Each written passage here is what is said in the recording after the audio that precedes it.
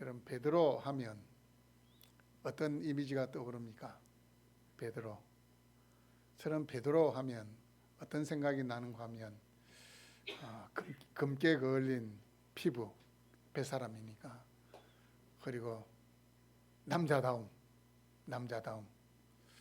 그리고 이 머리보다는 손이 먼저 움직이는 행동파, 뭐 이런 게 생각이 먼저 납니다. 그런데 그 베드로 사도께서 성경을 기록했습니다. 책하고는 전혀 어울릴 것 같지 않은데 성경을 기록했어요. 자, 이 설교를 이렇게 준비하다가 저 혼자 빙그레 웃었습니다. 왜 웃었는가 하면 다음에 제가 천국에 가면 우리 베드로 사도님을 만나면 혼날 것 같았어요. 언젠가 설교할 때 나를 살짝 무시하는 발언을 하던데 그게 진짜냐 이렇게 물어볼 것 같다는 생각이 들었습니다. 여러분, 베드로 전후서의 내용을 살펴보시면 세련된 헬라어 서체로 이렇게 기록이 되어 있습니다. 이 내용을 보시더라도 이 내용을 보면 이 내용이 참 이게 풍부합니다. 그래서 제가 이제 그런 생각을 한 거죠. 베드로는 뱃사람이었고 헬라어에 그렇게 능통하지 않았을 건데 이 성경을 기록했다는 것이 좀 의아했습니다. 그런데 베드로전서 5장 12절 말씀을 보시면 이 궁금증에 대한 해답을 찾을 수 있습니다. 내가 신실한 형제로 아는 실루안으로 말미암아 너희에게 간단히 써서 권고하고 이것이 하나님의 은혜임을 증언하노니. 이게 무슨 말입니까? 실루아노가 대피를 했다는 겁니다. 실루아노, 다른 이름은 뭘까? 실루아노는 헬라식 이름이고 히브리식 이름은 신라가 헬라어에 능통했던 신라가 베드로 전서 후서의 내용을 대피를 한 겁니다. 예수님을 만나기 전에 베드로의 이름이 뭐였습니까? 예수님 만나기 전에 베드로의 이름이 뭐였습니까? 요한의 아들 시몬이었습니다. 시몬. 히브리식으로는 시몬 이렇게 되고 시몬과 시몬은 같은 이름입니다.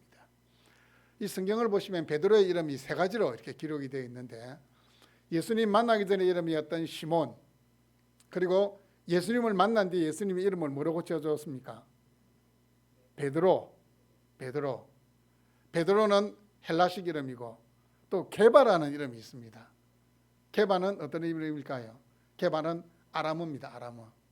성경에 보면 짤막짤막하게 아람어로 기록된, 구약에도 있고 신약에도 아람어로 기록된 게 있습니다.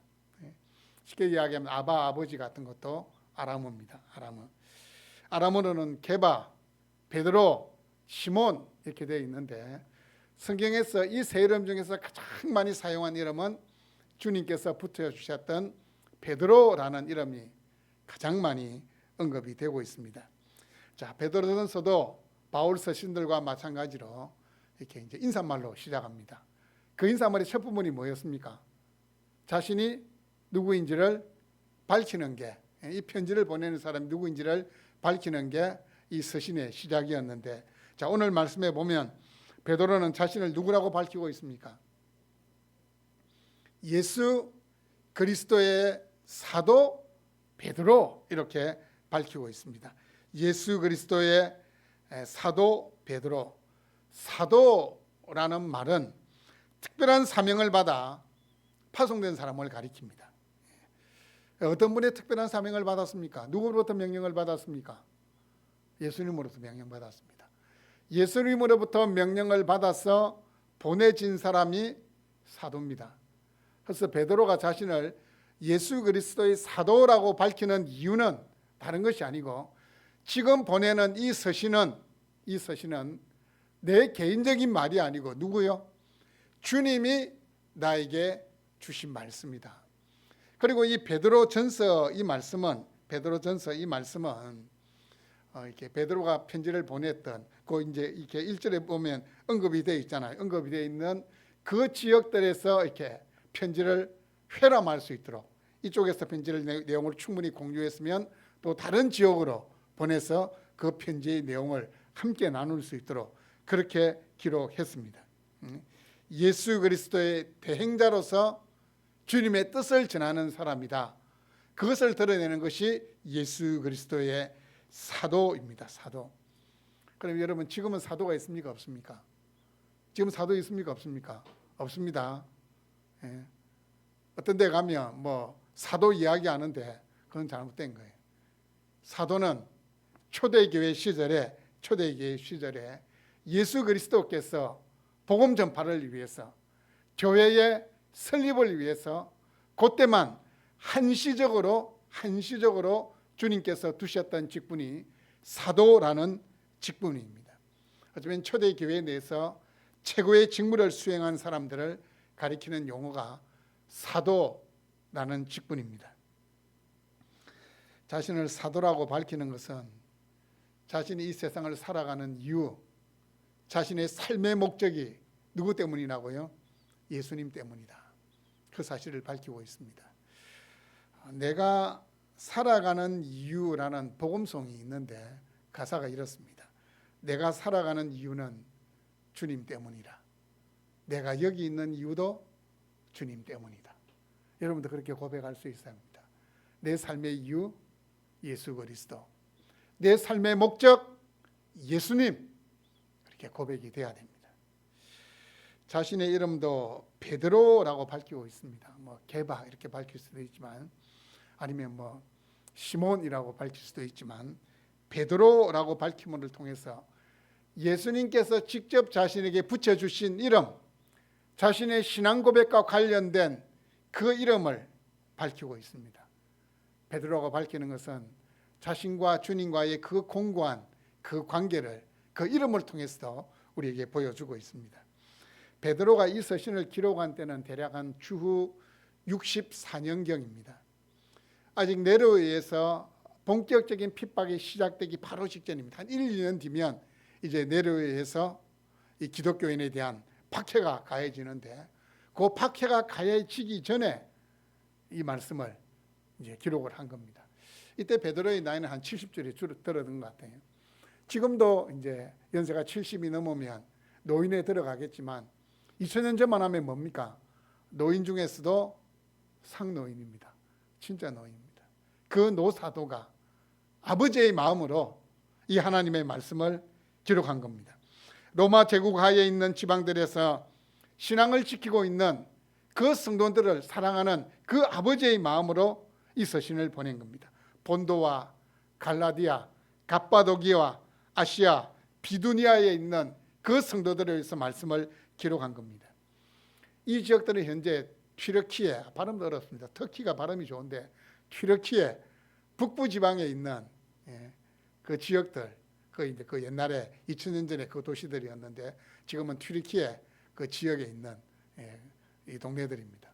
동네들인데 일찍이 바울이 이 비두니아로 가서 복음을 전하려고 했어요. 비두니아는 이제 아시아 쪽이니까, 바울이 생각할 때 이쪽은 아시아 쪽이니까 그쪽으로 가서 복음을 전하려고 했어요. 그때 어떻게 됩니까? 성령께서 막으셨습니다. 그리고는 마게도냐로 갑니다. 건너와서 우리를 도우라 라는 그 환상을 보고는 마게도냐로 갑니다. 바울은 아시아로 가서 복음을 전하기를 원했지만 성령께서 막으셔서 복음을 어떻게 해요? 유럽 쪽으로. 아마 그때 성령께서 막으시지 않고 아시아 쪽으로 가서 복음을 전했다면, 이쪽으로 튀르키예 지역을 통해서 이렇게 돌았다면 좀 더 우리나라에 복음이 빨리 들어오지 않았을까, 그런 생각을 해봅니다. 그것도 이제 하나님의 뜻이었습니다. 그래서 아마 이 본도, 갈라디아, 갑바도기아, 아시아, 비두니아 이런 지역은 바울이 직접 복음을 전한 것이 아니고 바울이 아닌 다른 사역자가 복음을 전했거나 아니면 그 오순절날 예수님 부활하시고 첫 번째 맞는 그 오순절날 사도들이 나가서 복음을 전했잖아요. 그 복음을 전했을 때 거기 있던 사람들 가운데에 갑바도기아와 본도와 아시아에서 온 사람도 있었다라고 이야기를 합니다. 그때 복음을 듣고 회개하고 영접한 사람들이 자신의 고향으로 돌아가서 이제 교회를 세웠을 것이다, 그렇게 추측을 하고 있습니다. 특별히 이 지역들 가운데서 본도라는 이 지역은 바울의 동역자였던 브리스길라와 아굴라의 고향이기도 합니다. 본도 유대인으로서 그곳에서 태어나고 자랐습니다. 그래서 오늘 1절 말씀해 보시면 흩어진 나그네 이런 말이 나옵니다. 흩어진 나그네. 흩어진이라는 말은 디아스포라, 여러분 들어보셨죠? 디아스포라 유대인, 흩어진 유대인이라는 말입니다. 왜 흩어진 나그네인가 하면 이스라엘은 역사적으로 보면 북이스라엘이 아수르에서 BC 722년에 멸망을 당했고, 그리고 남유다는 바빌론에 의해서 BC 586년에 멸망을 당했습니다. 그때 흩어졌어요. 그때 아수르도 포로로 잡아가 버리고 바빌론도 포로로 잡아갔어요. 흩어버렸어요. 그들의 정책인 거예요.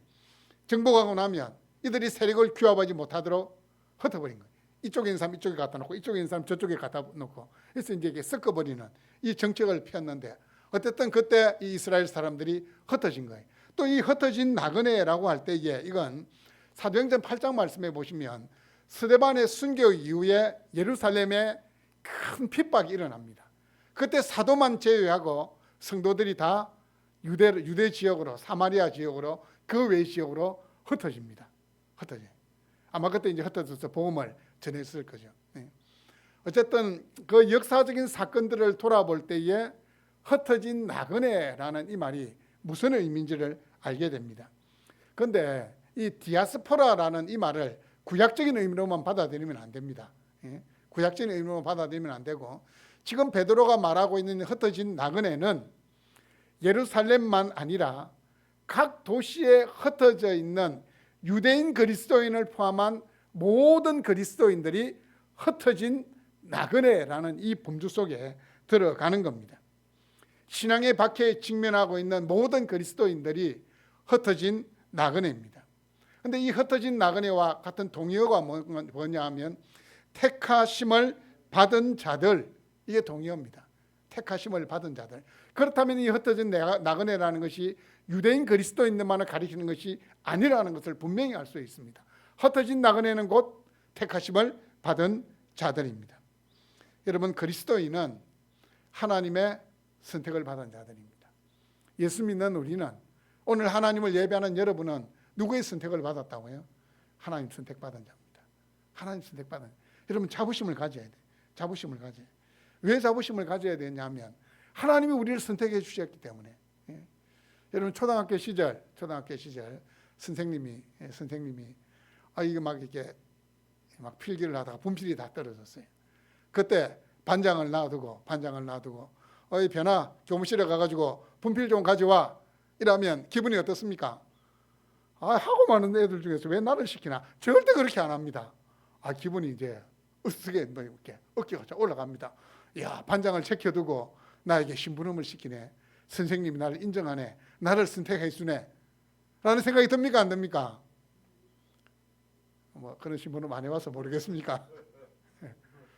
선생님께만 인정을 받아도, 선생님만 탁 이렇게 선택을 해줘도 기분이 좋아지는데, 우리 누구의 선택을 받았다고요? 하나님 선택 받았습니다. 천지를 창조하신 그분, 만유의 주인 되시는 그분이 75억이 넘는 인구 중에서 우리를 선택해 주신 거예요. 우리 하나님이 선택하신 자들입니다. 오늘 속에 여러분 기억하시고 딱 한 가지입니다. 나는 하나님의 선택을 받았다. 나는 하나님 선택을 받았다. 하나님 나를 택해 주셨다. 오늘 설교를 마치면 좋겠는데, 근데 시간을 좀 채워야 되기 때문에, 준비한 설교가 있기 때문에 계속 가겠습니다. 2절 말씀해 보시면 곧 하나님 아버지의 미리 아심을 따라 이렇게 이야기하고 있는데, 미리 안다는 것은 예지라는 이야기입니다. 예지, 미리 안다. 그런데 이 말 속에는 사랑의 하나님께서 창세전에 나를 선택하기로 계획하시고 때가 되어 나를 불러주셨다는 그것까지 다 포함된 것이 아버지의 미리 아심을 따라, 이 말입니다. 미리 아심을 따라. 하나님 우리를 선택하실 때 그냥 그날 상황을 보고 너 이렇게 선택하신 게 아니라는 겁니다. 언제요? 이 세상을 창조하시기 전에 그 하나님의 영원한 지혜 안에 우리가 들어있었다는 거예요. 그게 놀랍지 않습니까? 창세전에, 아주 먼 옛날이 아니고 창세전에, 영원 전에 하나님 우리를 자신의 자녀로 선택해 주셨다는 사실입니다. 그래서 에베소서 1장 4절 말씀해 보시면 창세전에 그리스도 안에서 우리를 택하사, 창세전에 그리스도 안에서 우리를 택하사. 지금 여러분 이 베드로가 보낸 이 서신을 읽어보는 사람들은 누굽니까? 예수 믿는다는 것 때문에 핍박을 받아서 고향을 떠난 사람들이, 뿐만 아니고 이제 조금만 있으면 엄청난 박해에 직면하게 될 그리스도인들입니다. 그 그리스도인들에게 편지를 보내면서 바울이 첫 번째 한 것이 흩어진 나그네, 택하심을 받은 자들, 자신이 누구인지 그 정체성을 먼저 일깨우는 거예요. 너희들은 하나님이 택하신 자들이다. 하나님의 사랑을 입은 자들이다. 은혜와 평강이 너희에게 더욱 많을지어다. 박해의 두려움과 근심을 이기고 꿋꿋하게 신앙을 지키기 원하는 노사도의 이 마음이 담긴 축복의 말이 은혜와 평강이 너희에게 더욱 많을지어다. 바울은 은혜와 평강이 너희에게 있을지어다인데 베드로는 은혜와 평강이 너희에게 더욱 많을지어다. 왜냐하면 노사도의 눈앞에는 지금 그리스도인이 핍박받을 것이 보이기 때문입니다. 그 모든 핍박과 환난을 이겨낼 수 있는 하나님의 은혜와 평강이 부어지기를 축복하고 있습니다. 그렇다면 선택받은 자들을 위해서 하나님께서 하신 일이 뭘까요? 하나님 무슨 일을 하셨습니까? 첫 번째로는 예수 그리스도의 보혈의 공로를 입게 하셨습니다. 예수 그리스도의 피뿌림을 얻기 위하여라고 이들이 말씀하고 있습니다. 피뿌림, 이런 피뿌림은 구약의 개념입니다. 구약적인 개념입니다. 언제 피를 뿌립니까? 언제 피 뿌립니까? 대속죄일에 제사장이 자기를 위해서 먼저 짐승을 잡아 피를 뿌리고, 그리고 백성의 죄를 위하여 염소를 잡아서 피를 뿌립니다. 그게 피 뿌림이에요. 짐승을 잡아 피를 가지고 가서 지성소로 들어가서 피를 뿌리는 겁니다. 자, 그럼 이 피뿌림이라는 것은 구약 시대에 대제사장이 했던 그 피뿌림은 무엇에 대한 예표와 그림자입니까? 예수 그리스도께서 십자가에서 자신의 몸을 우리를 위해서 내어주실 그 십자가에서 흘릴 그 피, 대속의 피를 위한 그림자요 예표입니다. 이 베드로는 피뿌림이라는 구약적인 개념을 통해서 생생하게 하나님의 선택을 받은 자들이 어떤 자들인가를 보여주고 있습니다. 하나님은 창세전에 선택한 여러분 한 명 한 명을 위해서 당신의 아들 예수 그리스도를 십자가에 못 박게 하심으로써 속죄의 피를 흘리게 해 주셨습니다. 짐승의 피가 아닙니다. 예수 그리스도의 보혈을 뿌려 주신 것입니다. 예수님의 피 뿌리면 우리가 태어나기 전에, 그것도 자그마치 2000년 전에 일어났습니다. 그럼 우리는 이렇게 이야기합니다. 그 2000년 전의 사건하고 지금 2000년 뒤를 살아가는 나하고 어떻게 그게 관계가 있을 수 있습니까? 그런 질문을 가질 수가 있습니다. 그래서 오늘 성경 말씀해 보시면 성령이 거룩하게 하심으로라는 말씀을 하고 있습니다. 예수 그리스도의 속죄의 사역은 객관적인 구원으로 생각할 수 있습니다. 예수 그리스도의 그 십자가를, 나의 십자가, 나를 위한 핏부림이 되게 하시는 그 사역을 누가 하신다고요? 성령께서 하시는 겁니다. 성령께서 우리로 하여금 복음을 듣게 하시고 복음에 대하여 믿음으로 반응하게 하시고 나의 모든 죄를 토설하고 회개하게 하시는 것, 하나님의 자녀가 되게 하는 그 중생의 역사를 누가 하신다고요? 성령께서 하시는 겁니다. 성령께서 하시는 겁니다. 이 2절 말씀을 보시면 이 선택받은 자들의 구원을 위해서 우리 삼위일체 하나님, 성부, 성자, 성령 하나님이 함께 일하셨다는 것을 알 수 있습니다. 하나님은 미리 하심을 통해서 창세전에 예수 그리스도 안에서 우리를 선택하셨고, 성자 예수님은 어떻게 해요? 우리를 위하여 자신의 피를 뿌려주셨고, 성령님은요, 그 하나님의 구원이, 그 예수 그리스도의 십자가가 나의 십자가, 나의 구원이 될 수 있도록 우리에게 역사해 주셨다는 사실입니다. 이 베드로전서 이 말씀을 통해서 베드로는 성부, 성자, 성령의 함께하신 사역이 우리를 위한 구원 사역이었다고 말씀하시는 겁니다. 놀라운 겁니다. 삼위일체의 사역입니다. 삼위일체의 역사입니다. 여러분을 죄에서 구원하시기 위해서 우리 주 예수 그리스도께서 피 흘려 주셨다는 사실을 기억하십시오. 구원은 나의 노력이 아닙니다. 구원은 나의 능력이 아닙니다. 나의 선행이 아닙니다. 예수 그리스도 보혈의 공로를 믿을 때에 주어지는 겁니다.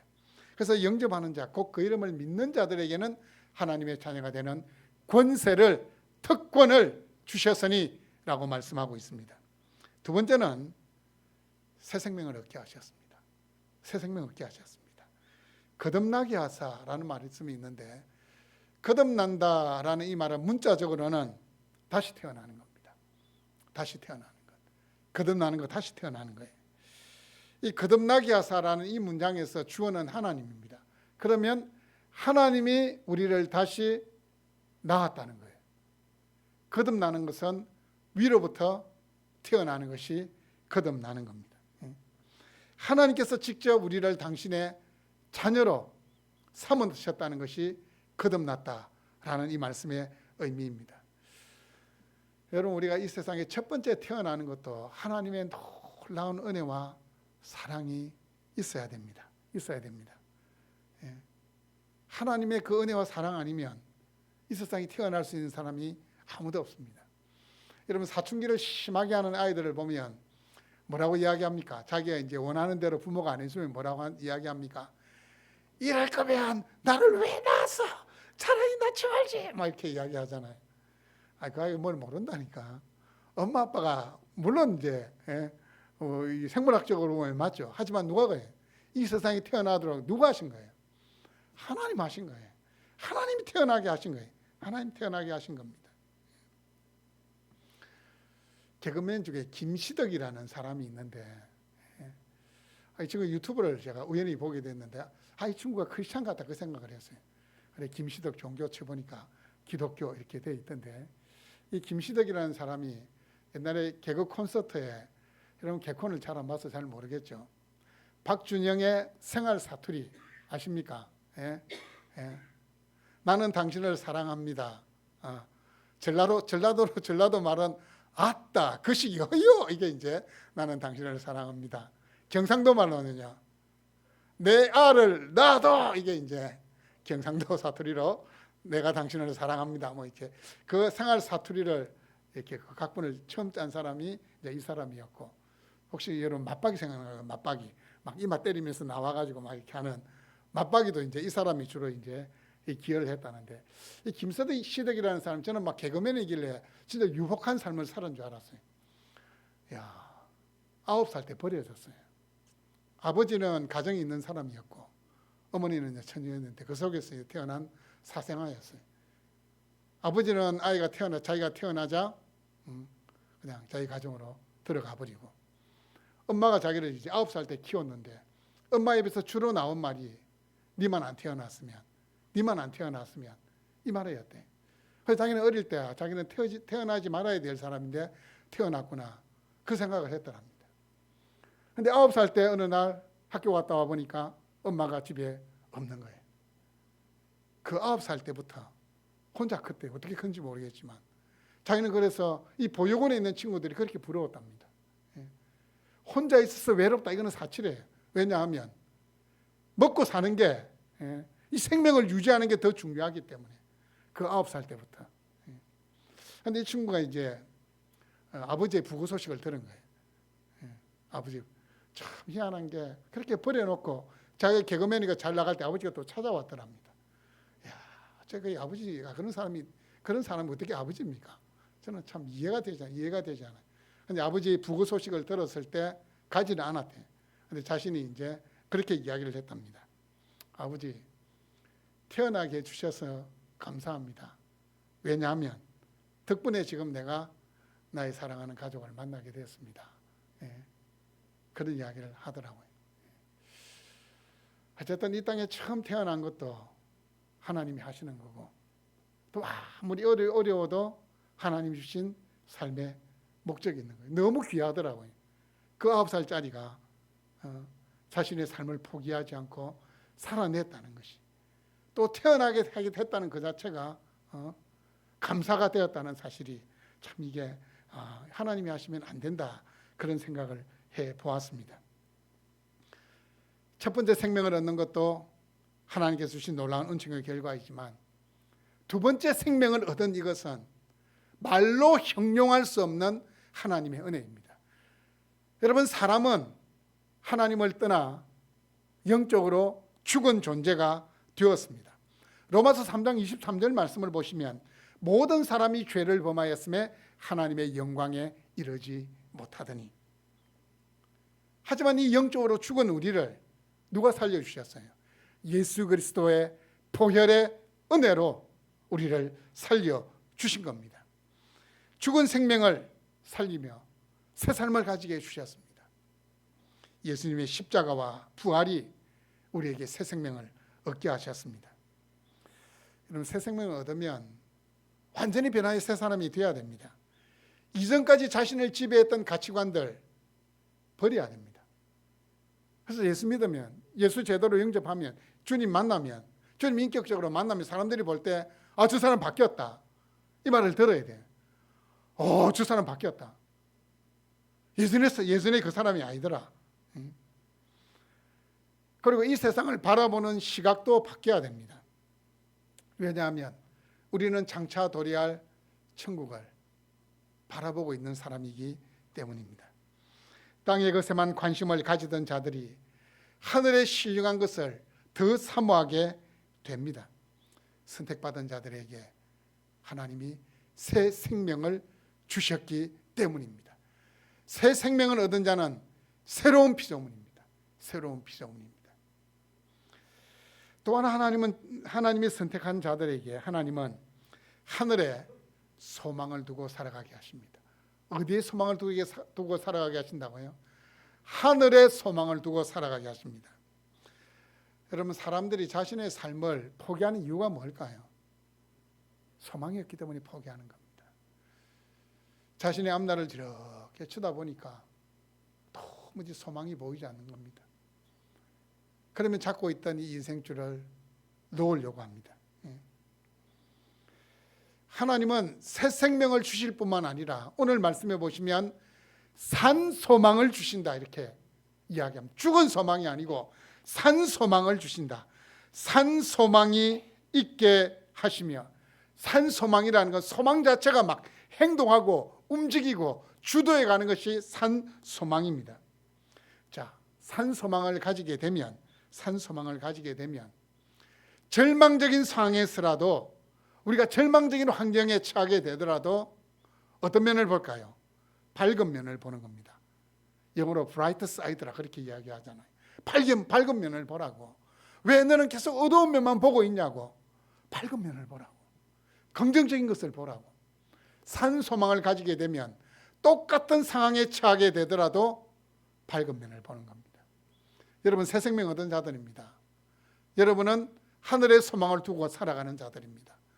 똑같은 환경에 처하더라도 우리는 어떤 쪽을 봐야 될까요? 밝은 쪽을 봐야 돼. 밝은 면을 봐야 되는 겁니다. 그렇다면 이 산 소망이라는 것은 구체적으로 뭘 가리킬까요? 오늘 말씀해 보시면 그 이제 4절에서 말씀하고 있는데, 예수 그리스도의 재림 후에 우리에게 주어질 영광, 거룩하신 하나님과 함께하는 그것이 산 소망, 하늘의 기업이다, 하늘의 유업이다, 하늘의 유산이다 라고 말씀하고 있습니다. 새하늘과 새 땅, 한자어로 하면 어떻게 될까요? 신천신지입니다. 신천지는 이걸 줄여서 신천지 이렇게 이야기하는데, 신천지라는 말이 나쁜 말이 아닙니다. 새하늘과 새 땅입니다. 우리가 하나님과 영원히 살게 될 그 새하늘과 새 땅이 신천신지, 신천지가 바로 새하늘과 새 땅입니다. 그것들이 같았다고 해서 그 용어 우리 사용 못하는 것은 아닙니다. 우리도 신천지에서 영원히 하나님과 거하게 될 자들입니다. 이 4절에 보시면 산소망을 좀 더 구체적으로 언급합니다. 썩지 않고 더럽지 않고 쇠하지 아니하는 유업을 있게 하시나니 곧 너희를 위하여 하늘에 간직하신 것이라. 하늘에 간직하신 것이라. 여러분, 이 하늘에 간직한 기업은 우리가 잠시 동안 세상에서 누리게 되는 이 땅에 있는 것들과는 완전히 비교가 되지 않습니다. 세상에 있는 기업은 언제든지 유한합니다. 그거 영원하지 않습니다. 여러분, 재산 아무리 많이 가지고 있어도 어떻게 됩니까? 결국에는 자식들 좋은 일 시키고 다른 사람 좋은 일, 물려줄 사람 없으면 사이로 화는되고, 자기 아닙니다. 이 땅에 살아있을 동안 자기 거지 죽고 나면 자기 게 아닌 겁니다. 그거 다 현금으로 바꾸어 가지고 관 속에 넣어준다고 해도 가져갈 수 있는 게 아닙니다. 언제든지 사라질 수 있고 더럽혀질 수 있고 낡아버릴 수 있는 것이 이 땅에 있는 기업입니다. 여러분, 죽게 되면 이제 우리 소위 말하는 수의를 입히잖아요. 제가 예전에 알게 됐는데 수의에는 호수무늬가 있을까요, 없을까요? 이유가 뭘까요? 못 가져간다는 것을 우리 조상들도 알았기 때문에 수의에는 호수무늬가 없습니다. 호수무늬가 없어요. 여러분, 유대인들에게 있어서 기업, 유업, 유산 하면 제일 먼저 떠오르는 게 자기 뭘까요? 이스라엘 사람들에게 있어서 기업이다, 유산이다 하면 뭐가 떠오르겠습니까? 가나안 땅입니다. 조상들에게 약속하셨잖아요. 그리고 하나님은 그 이스라엘 백성들에게 가나안 땅을 주셨습니다. 그런데 그 땅이 결국 어떻게 됐습니까? 그들의 우상 숭배로 더럽혀지고 이방 민족들이 침략해가지고 황폐해져 버렸습니다. 이 땅에 있는 기업은 언제든지 더럽혀질 수 있고 죄로 인해서 오염될 수 있고 낡아질 수 있고 부서질 수 있는 것이, 내 손에 있다가 언제든지 사라질 수 있는 것이 이 땅에 있는 유업입니다. 유업입니다. 하지만 저 하늘에 있는 유업은 영원히 쇠하지 않는 겁니다. 낡지 않는 겁니다. 여러분, 사도 베드로는 1절에서도 흩어진 나그네라는 말을 쓰고 있는데, 나그네가 뭡니까? 나그네. 여러분, 나그네가 뭡니까? 나그네는 자신의 어떤 목적을 가지고 어떤 도시에 갔다가 또 다른 목적을 가지고 다른 도시로 이렇게 이동해 다니는 사람, 그 나그네입니다. 그럼 나그네가 욕심 가지겠습니까? 내가 이 도시에서 내가 제일 비싼 집을 사서 내가 3일 동안 딱 묵고 내가 가야 되겠다, 그 욕심 가지겠습니까? 욕심 안 가집니다. 나그네는 그런 욕심이 없어요. 우리가 나그네라는 말은 무슨 말입니까? 이 땅에서 우리가 소유하고 있는 것들에 대해서 어떻게 해요? 욕심을 가지지 말라는 겁니다. 붙잡지 말라는 겁니다.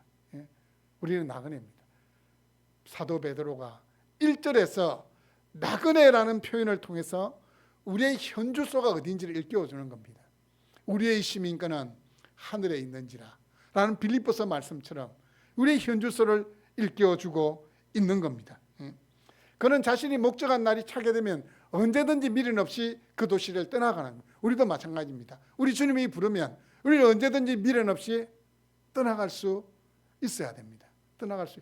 근데 예수님 없는 사람들은 이 미련 때문에 안 돼 하고 막 아쉬워하고 막,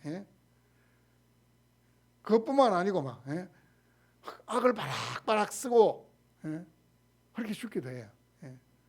이 땅에 미련을 너무 많이 가지기 때문입니다. 기억하십시오. 우리 나그네입니다. 우리 나그네입니다. 언제든지 주님 오시라면 본향으로 돌아가야 될 나그네라는 사실을 기억할 수 있기를 바랍니다. 불같은 시험, 용광로 같은 시련의 한복판에 살아가면서도 우리 마음에 기쁨이 넘치고 저 천국을 향한 확신을 가질 수 있는 것은 하나님께서 우리에게 산소망을 주셨기 때문입니다. 산소망을 주셨기 때문입니다.